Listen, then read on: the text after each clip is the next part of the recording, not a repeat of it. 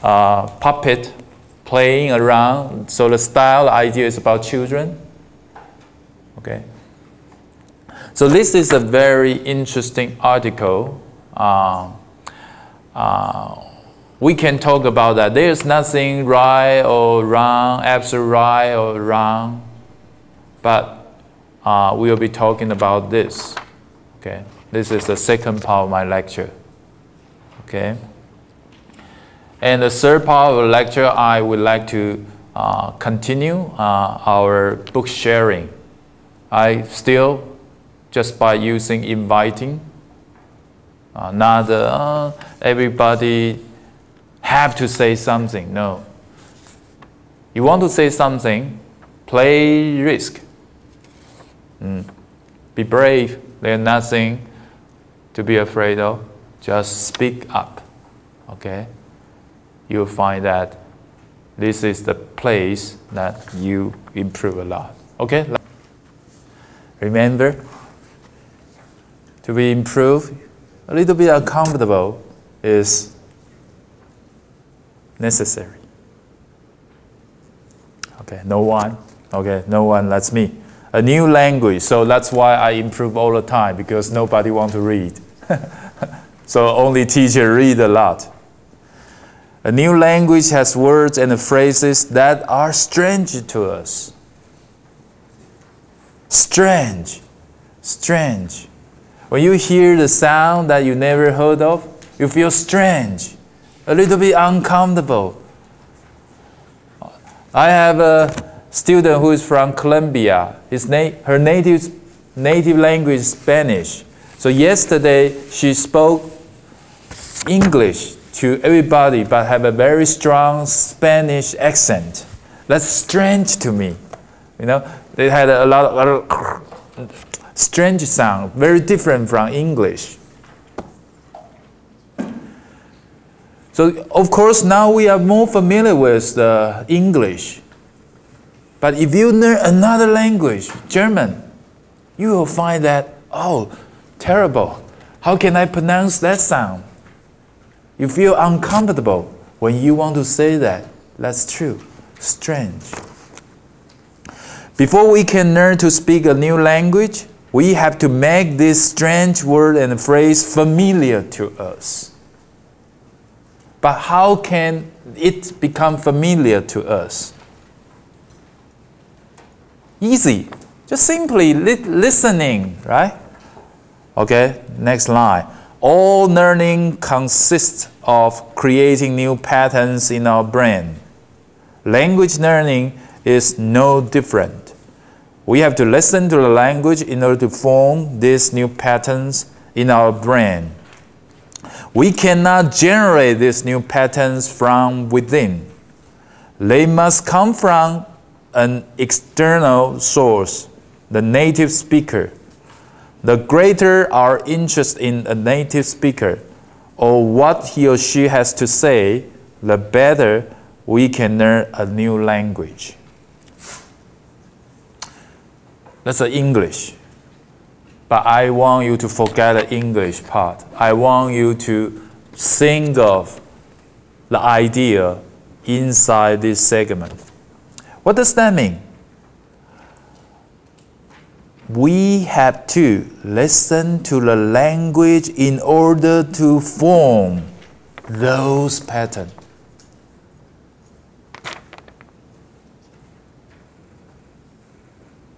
Does that mean that you have to study grammar to form those patterns? No, he didn't say that study grammar.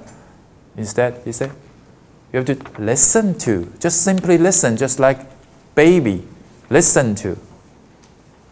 And actually, you will form how you say it, the pattern, the sound pattern inside here, the pattern.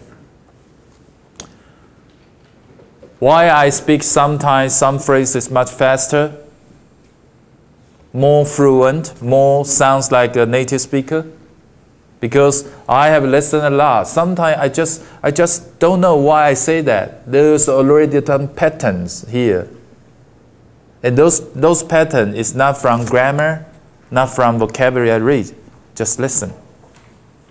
Okay, I want you to notice the second line, the next line. We cannot generate this pattern, this new pattern from within. What does this mean? If you want to pronounce a sound, but you never heard of this sound before, nobody talked to you, and you never borrowed the CD, or you never press maybe a player about this sound, you never heard of. You just look at the dictionary or look at the pronunciation symbol, and you try to mimic, to imitate. It's very difficult. We cannot generate those patterns from within just by itself. No. You never heard of that sound. You try to create that. Most of the time, you get it wrong. So don't use poor approach. What you need is to listen to native speaker sound. If you like a British accent, just listen BBC. If you like to American accent, just a lot of stuff out there, right? CD, you have a book. Some book they use a British English, so you can gain some British accent. If you trust me and do that in a Kaizen way, I guarantee you, your pronunciation in 1 year will significantly improve. There's no failure. It's a failure proof method. Okay.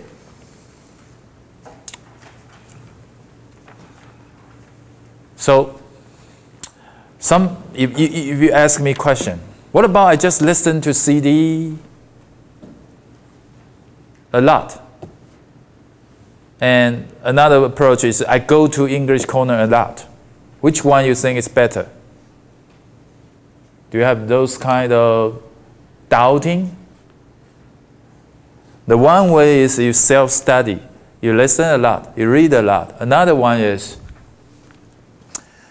people go to English Corner all the time. Just sit there to watch, to listen to teacher talking to you. Which one you think is better?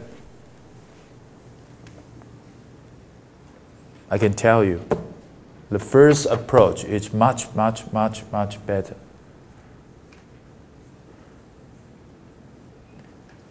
And then, if you do both, you improve super fast. You go to English Corner in order to really interact with foreigner. But you at home, you at your free time, you listen, you get input. Okay.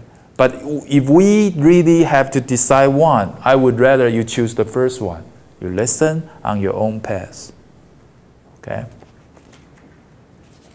Very powerful. Okay. Number 2, let's move on to the number 2. Language learning is a gradual, morphing, and unpredictable process. Gradual. Gradual means not, the opposite of gradual is very fast, right? Gradual. Gradual. Some kind of idea of a Kaizen. Morphing. You know, morphing means the style, the world may change from times, over time. Morphing. Maybe this time you look at this sound, the world, you have this feeling. One day after, oh, you have a new feeling. Just like I play guitar. Oh, so hard. But tomorrow, I learn a little bit more. The sound quality become different. I have a different feeling. And maybe next time I play some note, I don't even have to look at the sound, look at the string. I automatically put in the right position.